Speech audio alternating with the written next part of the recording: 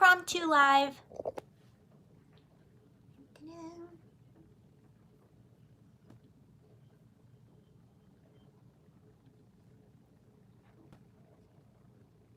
Yes, I know we're live. Thank you.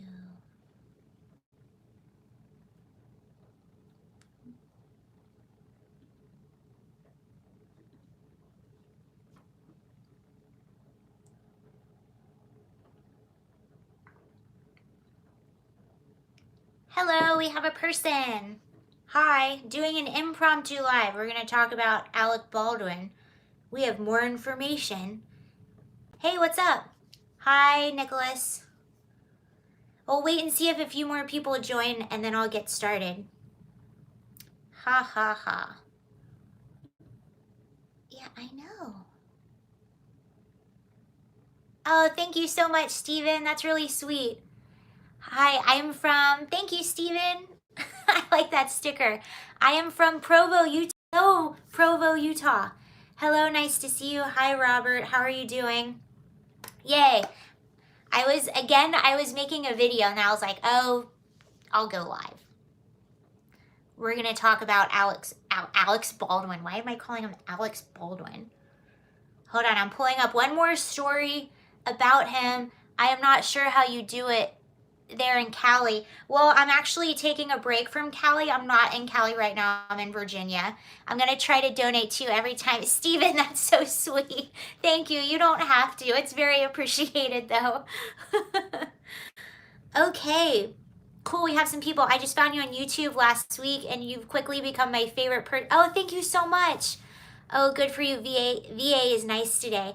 Let me tell you, just to be around, I lived in West Hollywood. That was my main place. If I move back, if or when, actually my residence is still in California, so what am I talking about?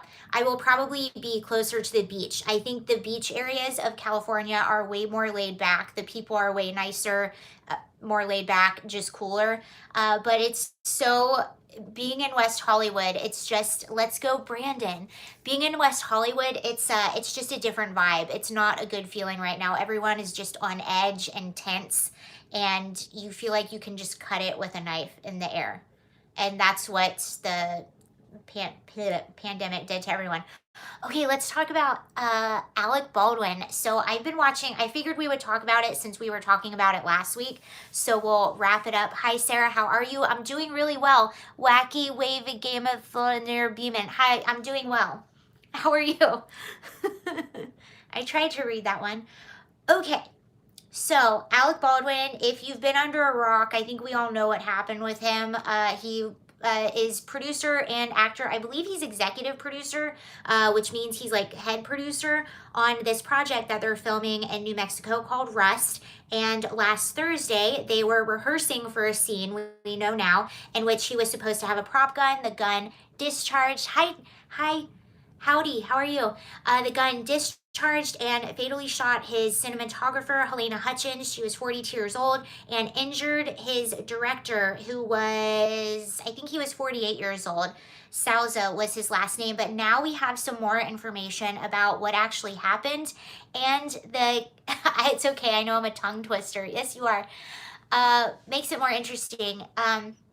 So I personally think this is not looking good for Alec Baldwin, and we'll go into that in just a second. But let's see, two things before we get started. So I was looking at all kinds of stories and the way that people were covering this over the weekend. And this is what I think is going to happen. So we found out that the armorer on the set was a girl named Hannah, who was 24 years old. And people are saying that she was not as qualified as she should have been to be the armorer on set. So that means she was in charge of all the prop guns and all of that stuff and the safety, all of that. And people are saying that she was not super qualified to be the person to do that. We also know that workers walked out, some of the workers walked out of the set before this happening before this happened, and they walked out due to unsafe working conditions, due to being overworked and underpaid, and just the conditions on the set were not good. We also know that there were 2 accidental discharges from firearms in other scenes before this happened, which I'm sure contributed to the unsafe environment and people walking out. Sounded like at that age she should have been apprentice. Yeah, and I'm gonna read you a criticism of that right now. But before we get started, this is what I think is gonna happen. Is she responsible? I think yes, but I don't think she's the only one responsible. And because the producer is in charge of hiring, and the producers are in charge of hiring, they're in charge of conditions on set. So there are a lot of people, I think, that are responsible, and not just Hannah. But what I think is going to happen is they are going to, and what I started seeing it happen in the media, are people, they are going to use Hannah as a scapegoat, and I think they're going to use her as the scapegoat and use her to throw her under the bus. Is she responsible? Yes, but I do not think she's the only one responsible. So what I've started seeing in the media when I'm reading stories about Alec Baldwin, they'll talk about the situation. They'll say, but he was told it was clear before it was handed to him. It's so what they're doing is they're kind of throwing her under the bus. Sup, Sarah, you on Rumble? I am, but I don't think I've posted on there in a little bit. I'm also on Odyssey. All my videos that upload to YouTube go on Odyssey as well. They try to take the lesson on Alec Baldwin and put more on her, if that makes sense. And I've learned what the media, from looking at these stories and from making these videos, I've kind of learned how the media will do language. What I've also known what they are doing with language. So I've heard some reports that Alec Baldwin's finger was on the trigger. I've heard other reports that it accidentally discharged. So pay attention to that, what they will do to try to change the wording to take more blame off Alec Baldwin. And remember that Alec Baldwin is a big famous actor. He has a big fancy PR team. So just keep that in mind. But we are going to look at, cool, like I know this is my favorite t-shirt and I talk about it all the time and I need a new one. I have lots of t-shirts, but you know how what's the 80-20 rule? You wear you wear 20% of your clothes 80% of the time. Okay, so first off, I want to look at, so the Screen Actors Guild is the main actors guild. Now, what I said in a previous video was I was concerned because people were walking off set and they were hiring a lot of local non-union workers, and the advantage of working on a union film is they have certain guidelines and protocols and paperwork that you have to do in order to hire people or in order to be a SAG production. And a lot of people will go non-union because it's cheaper and because you don't have to go through all that crazy paperwork. I've actually been a director, producer, writer, and actor on my own little project. It was just a 20-minute short film, and I went through SAG, and I can tell you it's a lot of paperwork, and it has to be approved. Your project has to be approved, and you have to submit all this stuff in a timely fashion. But this is according to SAG. So this is general safe use and handling of firearms on set. This is what SAG says. Refrain from pointing a firearm at anyone, including yourself. If it is absolutely necessary to do so on camera, consult the property master, or in his/her absence, the weapons handler or other appropriate personnel determined by the locality or the needs of the production, or other safety representatives such as the first AD, stage manager. Remember that any object at which you point a firearm could be destroyed.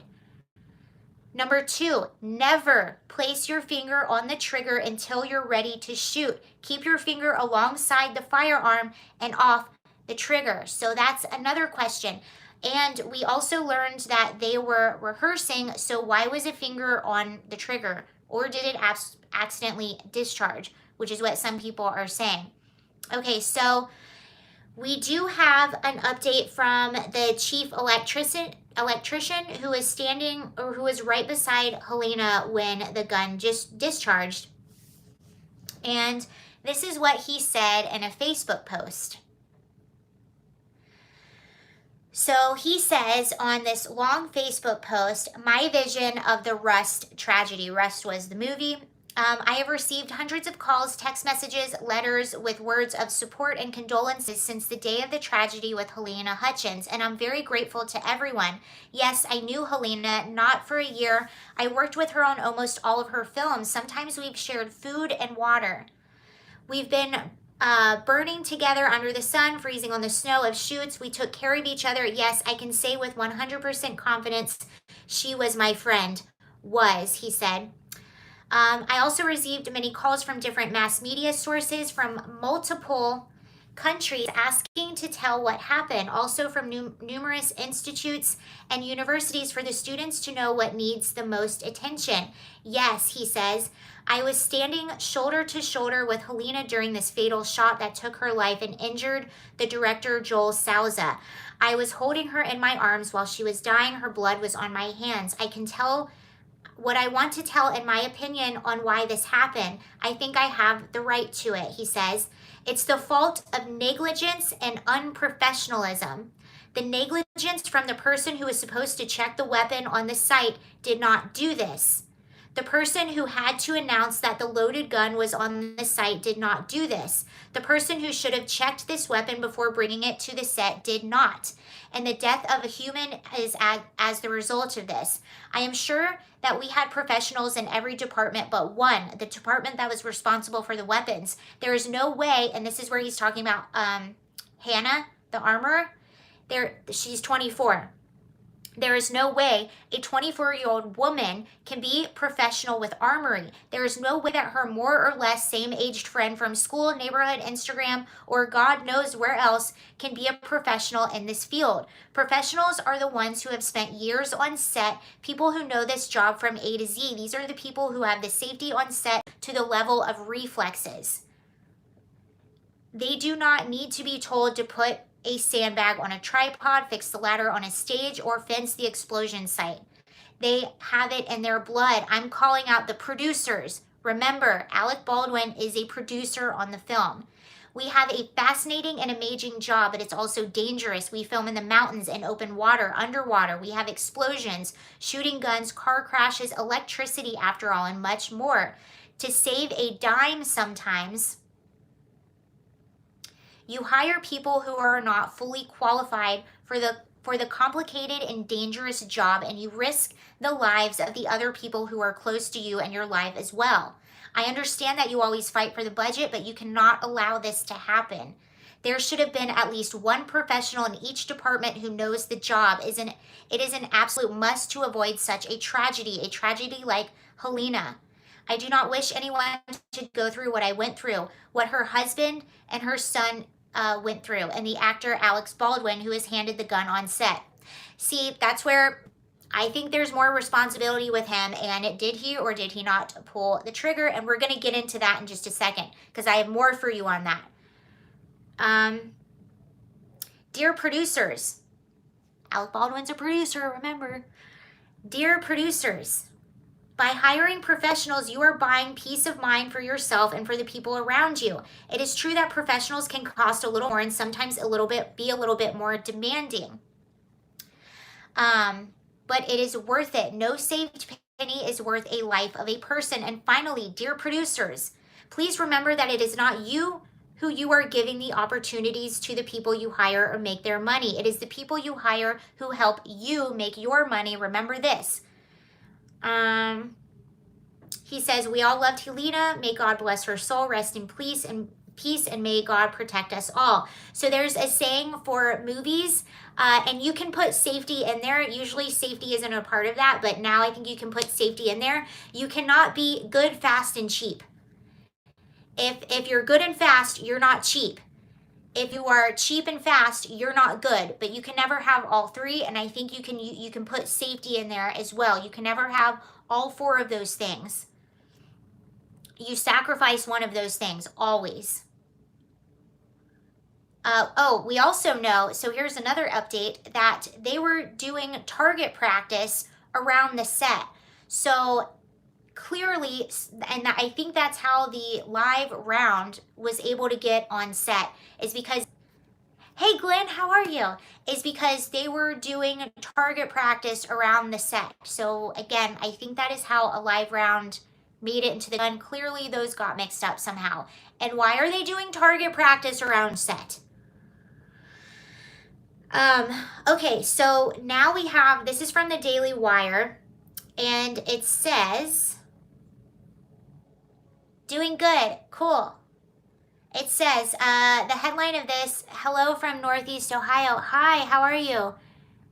They should have worn bubble wrap. Negligence. Yeah, I think it was negligence on a lot of different levels. Okay, so this person says, guns are always loaded. Hollywood weapons expert says Alec Baldwin broke cardinal rule of gun safety. And remember, go back to that SAG thing we read where it says your finger should not be on the trigger. And why was it on the trigger during a rehearsal? So it wasn't even supposed to be shot. Alec Baldwin was violating one of the cardinal rules of handling a firearm when he repeatedly accidentally shot and killed cinematographer Helena Hutchins last week, a Hollywood gun expert said. Loaded or unloaded, a weapon never gets pointed at another human being. Firearms consultant Brian Carpenter of Dark 30 Film Services told the New York Post. Never let the muzzle of a weapon cover something you don't intend to destroy. And remember, it also said that in the SAG paperwork that we looked at. All guns are always loaded, even if they are not. Treat them as if they are. Baldwin shot and killed Hutchins and wounded director Joel Salza on Thursday.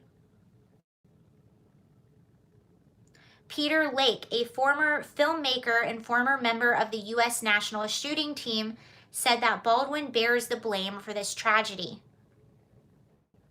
The buck stops with Baldwin on every level, Lake said. It looks very bad for him. At least the captain of the Titanic had the good sense to go down with the ship.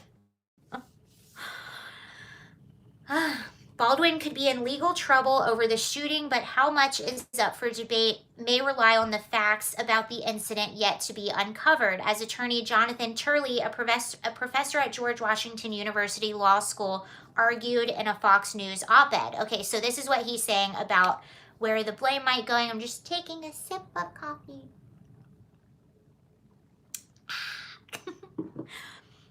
Okay. Accidents don't bar from manslaughter charge. Well, you know how someone, wait, is he going to say that? Someone described it like this. I don't think this, okay, that's not the same person. Someone described it like this. A drunk driver, when they get behind the wheel and they're driving drunk, they don't drive with the, Sarah, I'm surprised by what they're not bulletproof vests as additional.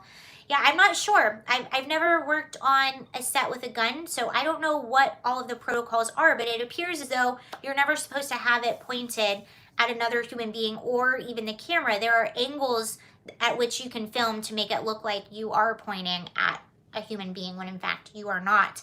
And also this was during a rehearsal. But someone described it as, you know, when you're a drunk driver that hits and kills a person, does not intend to do that, but it was their reckless behavior that caused that incident to happen.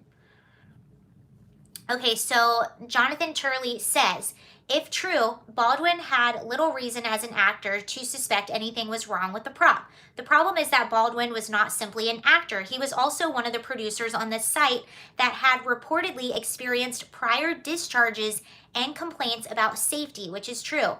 New Mexico has provisions that allows involuntary manslaughter charges for the commission of a lawful act which might produce death in an unlawful manner or without due causation of circumspection. I always learn new words whenever I'm making these videos or doing these live streams.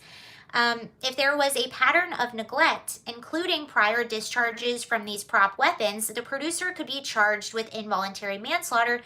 Such a charge is a fourth-degree felony in New Mexico with a penalty of 18 months jail time and up to $5,000 in fines. The difficulty for criminal defense attorneys in dealing with such charges is that they do not require specific intent. Given prior deaths from prop guns, as Brandon Lee in the movie The Crow, the danger of fatal mistake was foreseeable. However, such charges are rare and unlikely, in this case absent stronger evidence of knowledge or involvement by Baldwin in the preparation or handling of these props. Baldwin released a statement through social media account of his charity, the Halara and Alec Baldwin Foundation, on Friday. So Alec Baldwin says, "Hi Kelly, how are you?" Alec Baldwin says, "There are no words to convey my shock and sadness regarding the tragic accident that took the life of Helena Hutchins, a wife, mother, and deeply admired colleague of ours. I'm fully cooperating with the police investigation to address how this tragedy occurred, and I am in touch with her husband, offering my support to him and his family. My heart is broken for her husband, their son, and all who knew and loved Helena." So that was his statement that came out. I want to look more into, hello. I want to look more into what happened with,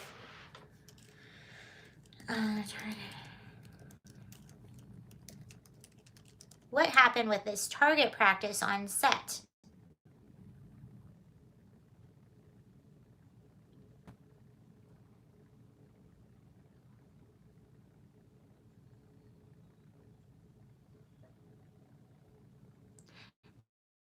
And again, I want to point out that what I think they're going to do, so just watch out for this.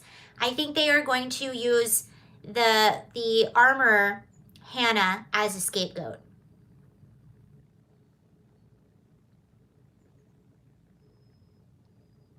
No, I don't want to do that.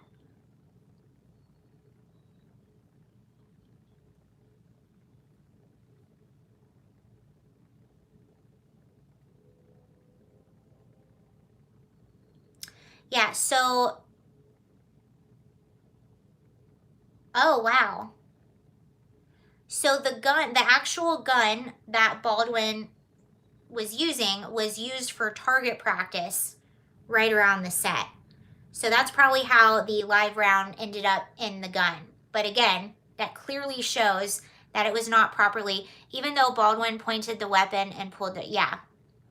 No, I do. I do think she bears responsibility. I think a lot of people bear responsibility. This went through a lot of hands before it hit Baldwin. All of them do.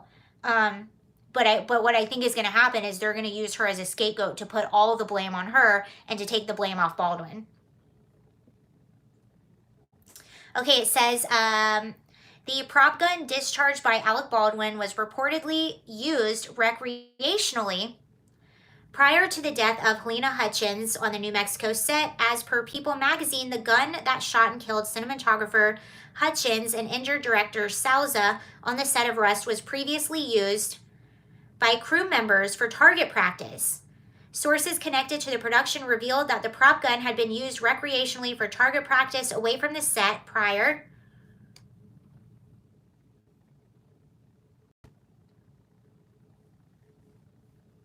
So this contradicted earlier reports that the gun was using on set contained blanks.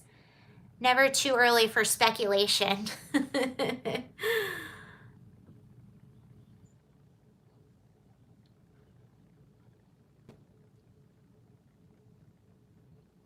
They have halted production. Well, of course, I don't think they should ever resume production for this one. What do you think? So,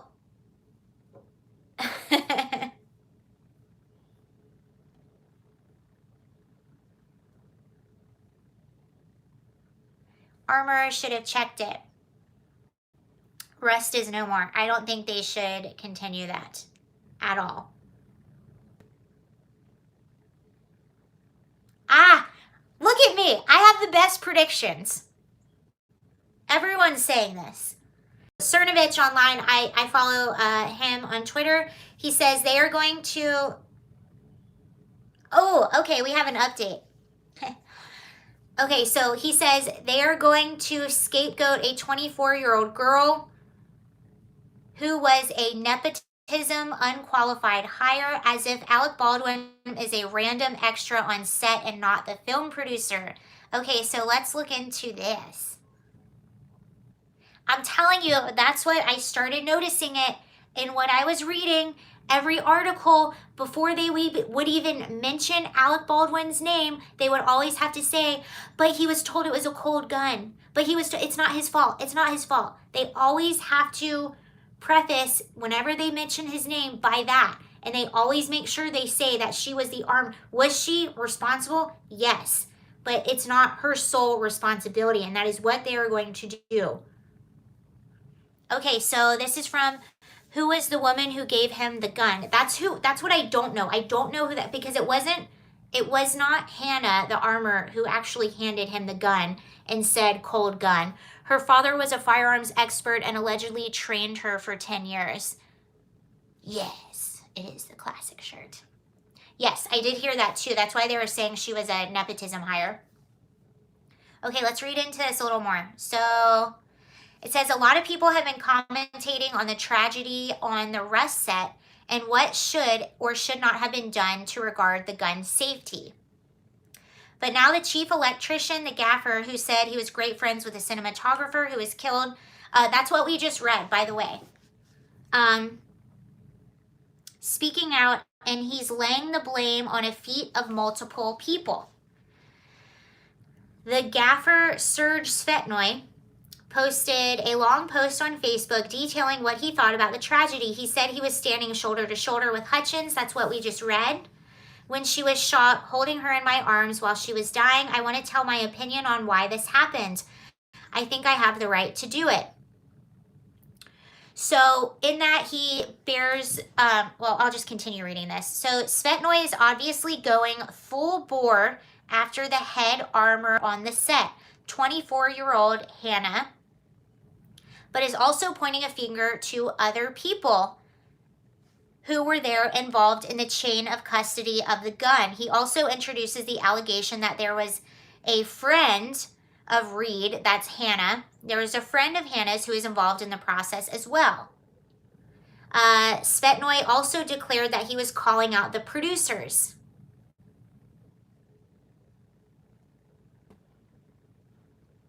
Yeah, so someone just said, yes, there is and yes, there's a chain of custody. Yes, there are people in charge of making sure, but somebody just said that the ultimate responsibility is in the hands of the person holding the weapon. There were 12 producers listed on IMDb for the film. Right at the top of this list is Alec Baldwin, who I believe is the executive producer, which means that you're kind of like, you're the head producer. Svetnoy doesn't specifically call him out, and indeed he sort of shows him some mercy, but he is a producer as well. While this is still being investigated, we'll have to see where the facts lie. Any prior knowledge of the issues and the failure to address them is going to lie heavily on anyone who should have known or had responsibility. Interestingly, while the LA Times ran Svetnoy's letter and describes it as blaming the producers, they don't know what I think should be a salient fact, that Baldwin is a producer. I agree. Let's see what people are saying.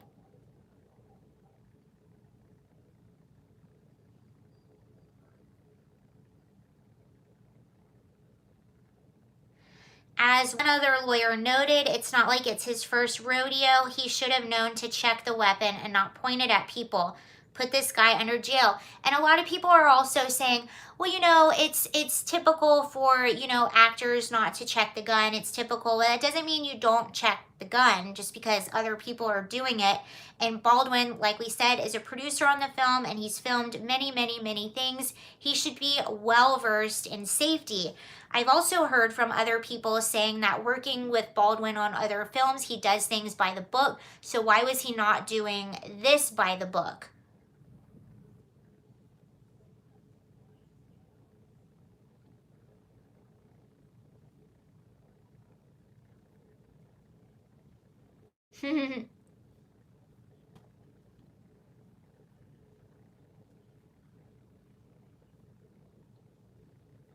Okay.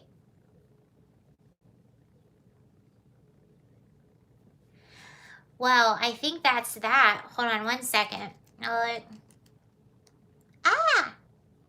Baldwin. How,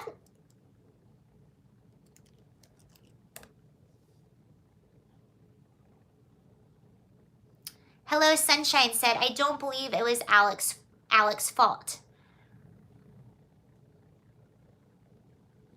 I mean, and some people don't, and we'll have to see. I think I mean, to your point,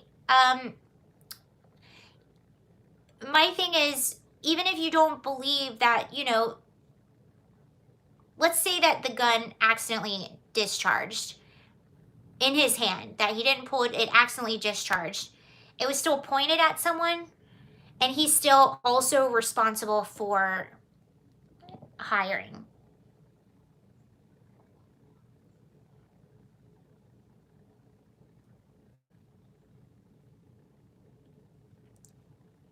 Let's see what CNN is saying. He's going against the NRA.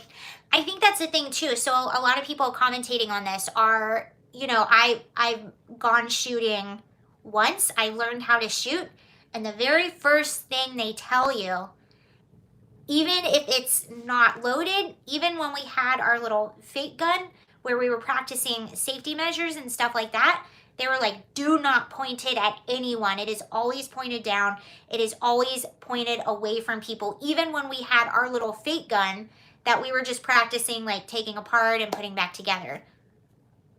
I don't know if you remember too, there was this really kind of, excuse my language, but there was this badass clip that came out. Oh, there was this clip that went viral of Will Smith on the set of Bad Boys 2. And these were not actual loaded guns, but they were in the room where they were looking at all the prop guns that they were going to be using on set, right? And somebody picked up one of the prop guns and accidentally pointed it at in his direction. He slammed the gun. Keep in mind, these are not loaded guns. They were like in their prop room just looking at all the prop guns and stuff like that and kind of like getting familiar with them. It was not loaded, and it was pointed in Will Smith's direction, and there was this badass clip where he hits the gun down to make sure it faces down, and he said, you never do that. Just saying.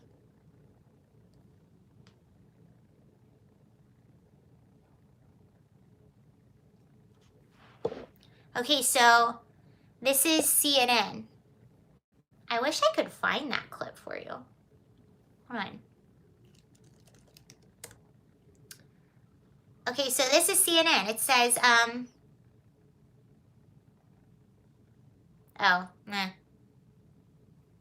There's a show called The Rookie who's now changing prop weapons policy after this happened, which I'm sure a lot of people are going to be doing, but one was following policy. I don't know if this is a policy issue. Following policy, this shouldn't have happened. Oh, but now they're going to be, so weapons expert Ben Simmons previously explained to CNN that typically 3 types of prop guns are used on set: completely fake firearms, deactivated firearms, or real firearms which are loaded with blanks and mimic actual shooting from flash to recoil. The safety of our cast and crew is too important to risk, so some people are changing it to now have completely fake firearms instead of anything real. Hold on one second.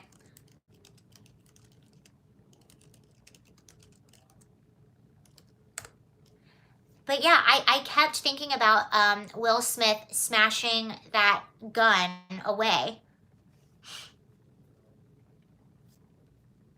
Because that's somebody who takes safety seriously. Whether you think it's loaded or not, you never point it at anything that you're not intending on destroying. Sarah, do you remember the last time something like this happened on a set? Yeah, it was, well, I do remember Brandon Lee. And there was another person. Does anyone remember the name? And I'll look it up. So what actually happened with Brandon Lee? Those were really good, the Crow movies.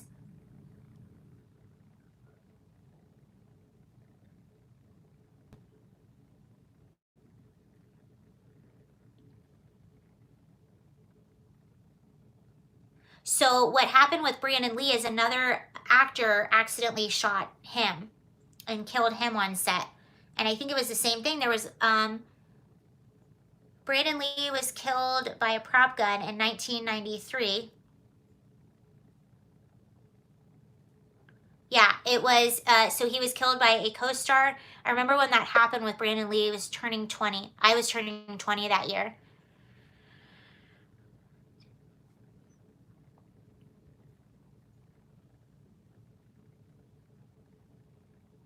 Oh, here we go. This is interesting. The family of late actor Brandon Lee released a statement after cinematographer Helena Hutchins died and director Joel Souza was injured.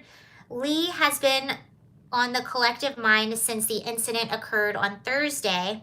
The actor died in 1993 from wounds sustained by a prop gun on the set of his movie The Crow. He had finished filming most of his scenes as the lead character Eric Draven in the dark action fantasy, and the movie was posthumously released in 1994. Our hearts go out to the family of Helena Hutchins and Joel Souza, all involved in the incident on Russ. No one should ever be killed by a gun on a film set, period.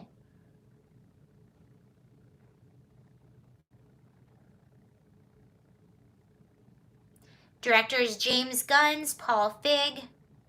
My greatest fear is that someone will be fatally hurt on one of my sets. I pray this will never happen. My heart goes out to those affected by the tragedy on Rust.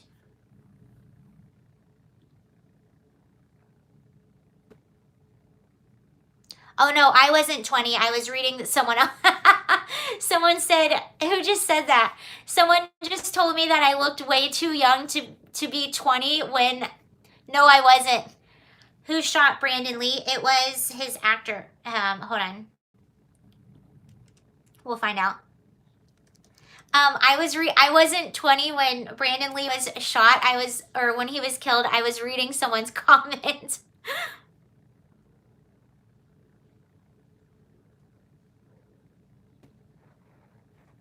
Thank you. Someone said, I love your shirt. Thank you very much. Hold on, I'm just waiting for this to load. How did that happen? Okay, so Brandon, I thought you were speaking for yourself. I was reading a comment. I don't know how old I was. I was pretty young. So it says, Brandon Lee. Brandon Lee was 28 years old. Brandon Lee, the 28-year-old actor and son of martial artist Bruce Lee, was killed in 1993 after a co-star fired a prop gun that contained a real bullet while filming The Crow. The shooting cut short the promising star's Hollywood ascent and sparked a debate over firearm safety on set. So the same thing happened. I don't know. The history of prop guns in film and television productions go back decades. While prop guns are thought of as non-functional weapon, the term also refers to real guns on TV and film sets that are loaded with blank cartridges, which are easily modified bullets. There is an ongoing debate in Hollywood over whether they should still be used, with some directors saying computer-generated imagery offers a safer alternative. So there's that. Oh, here's the last person who died from a prop gun. So it says a series. I don't remember how the real bullet ended up on the set of The Crow. A series of on-set deaths from prop guns has left the industry uneasy about the role of that guns have during filming. Actor John Eric Hexum died days after accidentally shooting himself in the head with a prop gun on the set of the CBS show Cover Up in 1984.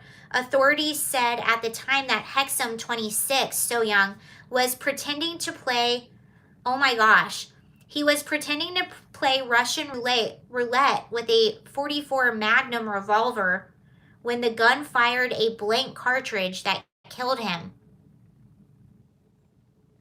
The concern has also been felt on film sets outside the U.S., including after an incident in Mexico in 2003, in which an actor who said he thought he was handed a prop gun with blanks ended up killing a colleague with a real bullet. But the story of Lee, the son of cultural icon, remains perhaps the most notorious cautionary tale of prop guns on set. Lee became interested in acting at an early age following his famous father as he bounced between movie sets in the US and Hong Kong. He was just 8 years old when Bruce Lee died in 1973 at the age of 32. They both died young.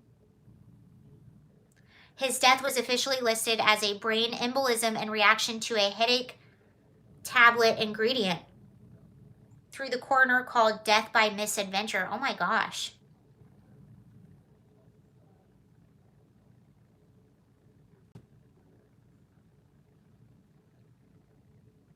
He landed the lead role in The Crow as Eric Draven, a musician who is raised from the dead by a supernatural crow to help avenge his own death. Okay. The thriller had only 8 days of shooting remaining in Wilmington, North Carolina, when Lee prepared himself for a scene in which his character is shot and killed by Fun Boy, who was played by actor Michael Mass. Before the scene on March 31st, 1993, Mass believed the prop gun he was handed was loaded with blanks. Unknown to the crew or Mass, at the tip of the .44 caliber bullet had become lodged in the barrel of the prop gun weeks before. So it was in there for weeks. Oh, thank you so much, Kelly. So that bullet was in there for weeks before. Hi, Max. The only thing smoke. Yeah, I don't know how, but I'm curious as to how that happened on the set of The Crow. Lodged in the barrel of the prop gun weeks before. In the scene, Lee walks through a doorway and is shot one time by Mass. After the prop gun was fired, Lee collapsed on the set. The crew initially thought Lee, oh my gosh, this is awful. After the prop gun was fired, Lee collapsed on the set. The crew initially thought Lee was kidding when he didn't immediately stand up, but soon realized something had gone terribly wrong when he was breathing heavily and bleeding profusely from the right side of his abdomen, reported by author Bridget. Wow. Oh, so there's a book. There's a book about this. The Crow, the story behind the film.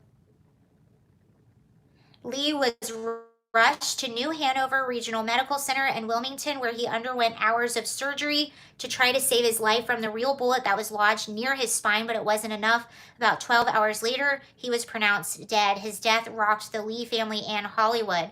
I don't know if our family is cursed. Wow. So remember his father had an odd death as well. And someone said in the family, I don't know if our family is cursed, but I am seriously starting to think about it. That was his uncle. That's what his uncle said. It seems like a never-ending story. After months-long investigation.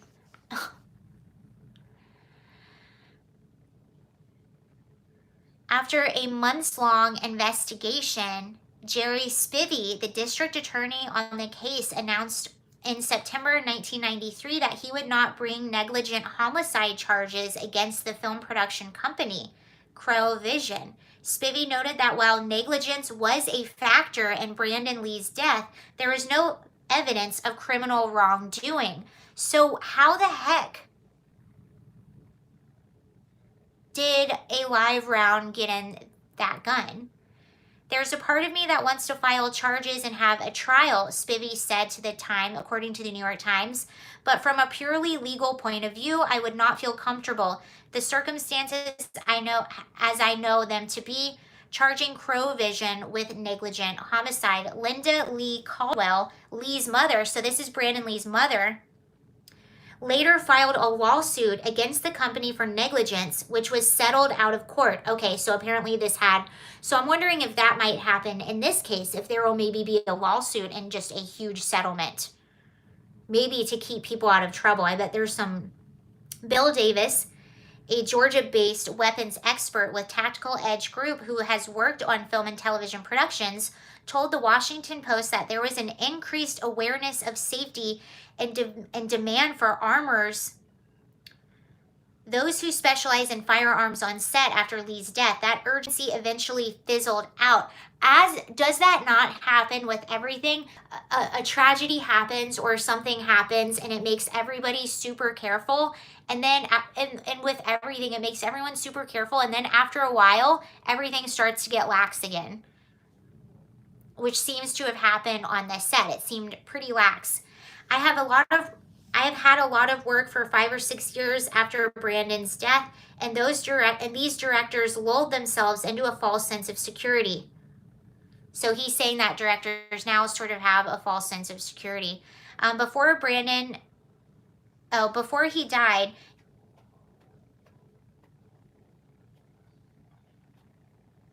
this was the other actor. Okay, so the actor that shot Brandon Lee, this is what he said. So before he died in 2016 at the age of 64, Mass expressed regret for the tragic accident that killed Lee. So he said, "It's something I'm going to have to live with. It took me time to be able to not put so..." I'm reading too much. So he says, "It's something I'm going to have to live with. It took me the time it took to be able to not to put so much into perspective." So it took him time to put this into perspective, but to be able to move on with my life. It's very personal. It's something that I want to make sure when I work, it's never repeated. I can imagine you take that to your grave.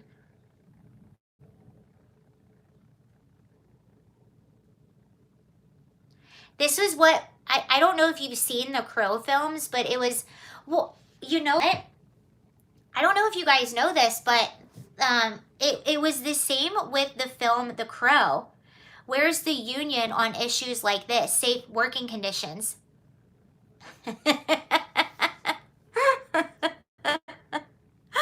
Kelly just said, "Sarah, great Biden impression on me messing up my words." Yes, now, thank you. Now, every time I mess up or something, Kelly, I'm just going to say that was my Biden impression that I just like to pepper into everything.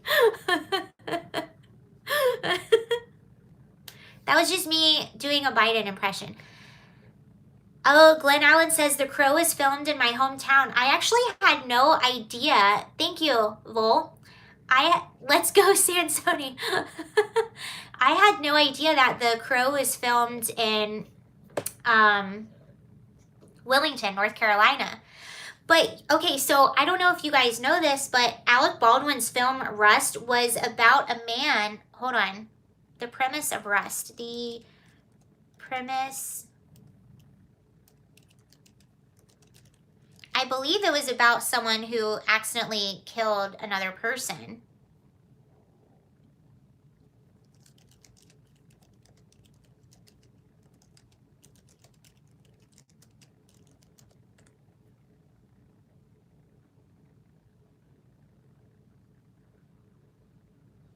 Hi, zombie.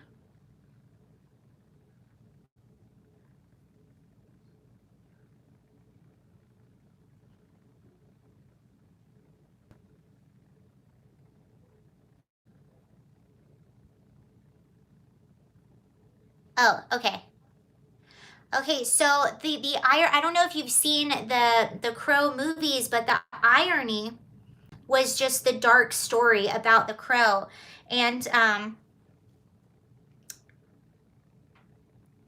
somebody wrote, the 28-year-old actor's passing, Brandon Lee, on the set of The Crow, the 28-year-old actor's passing suffuses this scenario about a murdered rock musician whose ghost wreaks vengeance on his killers, with precedent, touching irony, an otherwise respectable pop noir is transformed into something eerie and deeply compelling. So that was also what was super eerie about the Brandon Lee death, is just the dark nature around the films The Crow. I remember I have an older sister and she was a huge fan of The Crow, and it's a really dark movie.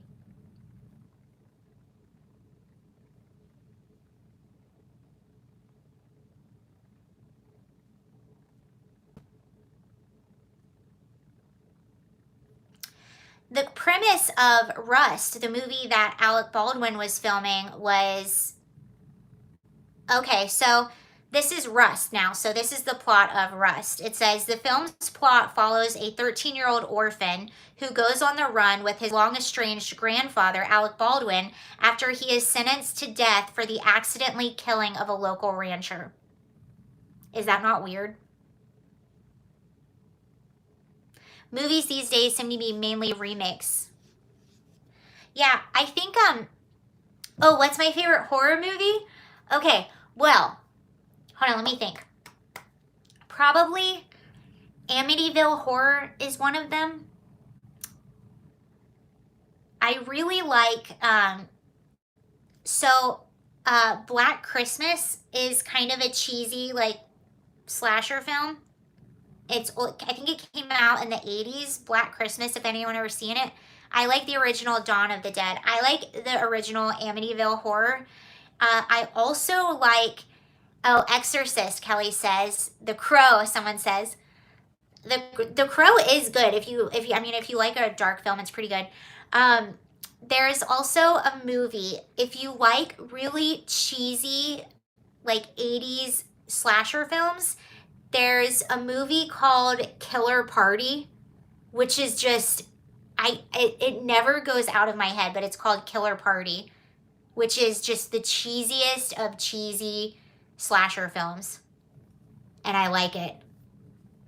Yeah, Amityville Horror. I'm trying to think of another really good horror film. You know, it's interesting. I tried to watch a horror film. Yeah, Amityville was about time is an interesting movie.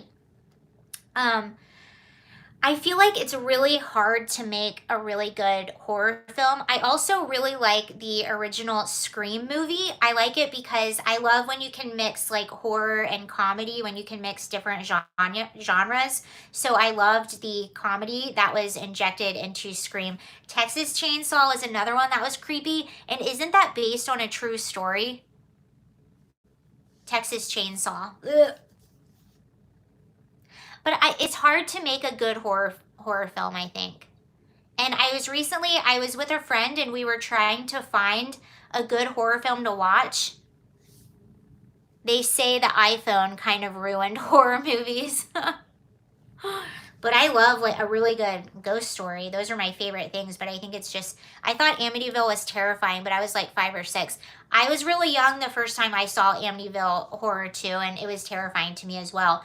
I was not very scared by Poltergeist. That's a good one too. Poltergeist is really good. The Conjuring is really good. Yeah, I agree. We could not find a good horror film. Nothing. The Exorcist. Has anyone seen the original Candyman? I saw it when I was young. If I saw it now, it might be kind of cheesy, but I thought it was really creepy. Blair Witch Project. I remember that. That's pretty good. The Omen. I love Candyman. Yeah, the original one. Wolf Creek 1 and 2 is creepy. I like it. Yeah, it's hard to find a newer. I haven't seen any like the ghost episode of The Walton scared the crap out of me when I was little. I used to remember like watching TV shows around Halloween time. I always liked the Halloween or the creepy episodes of the TV shows, the Halloween episodes. Sarah, will there be a Halloween live stream? Sure, why not? When is Halloween? We should, and just do ghost stories all night. That would actually be, I would love that. Oh, the Japanese The Grudge. What was that called? That was really creepy. Oh, Halloween is always a classic too. Yeah, that's a great. Slasher movies to me, like I love them. I think there's a place for them, but they don't always scare me. I don't remember Candyman. My mom made me watch it. Sarah, could you play a slasher? If I was in a slasher movie, I think that, I don't know if I could play the slasher. Oh, it's on Sunday? Okay, maybe. Maybe we'll do a Halloween live stream. If I was in a slasher movie, I would be the first one killed. I think. I would be the first one to go. Clue. I love the movie Clue. Was someone talking about that? Ju-on. That's what it is. That movie is creepy. Squid Game could be a horror movie. I still haven't seen Squid Game. I hear about it all the time. Still have not watched it. All right, you guys. I think that's everything that I have today. Thank you so much for joining. We know what you... Okay. I need to watch that movie. I Know What You Did Last Summer is one of my favorite, like, teen horror movies. I Know What You Did Last Summer. I don't know why I like it so much. It's the perfect mix of, like, cheese and I Know What You Did Last Summer. I love that movie. Okay, thank you, everybody. I'm in the stage version of Clue. Oh, interesting. That's a good one. I Know What You Did Last Summer. I kind of want to watch that. Thank you, guys. Oh, and if you get the chance, I don't know if you guys have ever seen the, it's animated, the Hotel Transylvania movies. I love them. They're adorable, and they're so cool. And it's Halloween time, so it's a good time to watch them. I watched the vacation version of Hotel Transylvania, and it's adorable. They go on the Titanic, and they go to the Bermuda Triangle, and they visit a deserted island in the lost city of Atlantis. It is so stinking cute. I love them. Okay. All right, that's everything I have. Thank you so much, you all, for joining. That was a lot of fun. This was a random impromptu live stream. Had fun, Sarah. Have a good night, sweetie. Thank you so much, Kelly, and thank you for donating and all of that good stuff. Time to go to the movie library. Yes, a lot of good movies. Okay, thank you all. Have a good day. That was super fun. Thank you for joining, and I'll see you later. Okay, bye.